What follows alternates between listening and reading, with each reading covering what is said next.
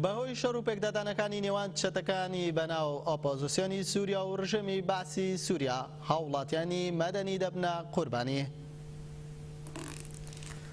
لە شەڕ و پێکدادانەکانی نێوان ڕژێمی باس و چەتەکانی بەناو هاوپەیمانی نیشتیمانی لە ناوەندی شاری حەلەب 32 کەسی مەدەنی گیانیان لەدەستدا. ئەمڕۆ هێزەکانی ڕژێمی باس گەڕەکەکانی ڕۆژهەڵاتی شاری حەلەبیان بردومان کرد.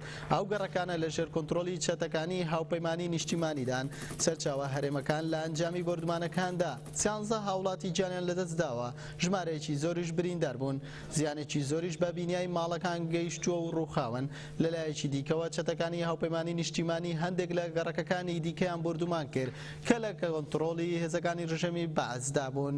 لە ئەنجامی ئەو بردومانەشدا 19 هاوڵاتی گیانیان لەدەستدا و 8 کەسی تریش بریندار بوون. لە ئەنجامی بردومان و شەڕەکانی نێوان هێزەکانی ڕژێمی بەعس و چەتەکانی هاوپەیمانی نیشتیمانی 110 کەسدا هەردوو لایەن کوژاون. شەڕ و پێکدادان لە ناوەندی شاری حەلەبیش بەردەوامە.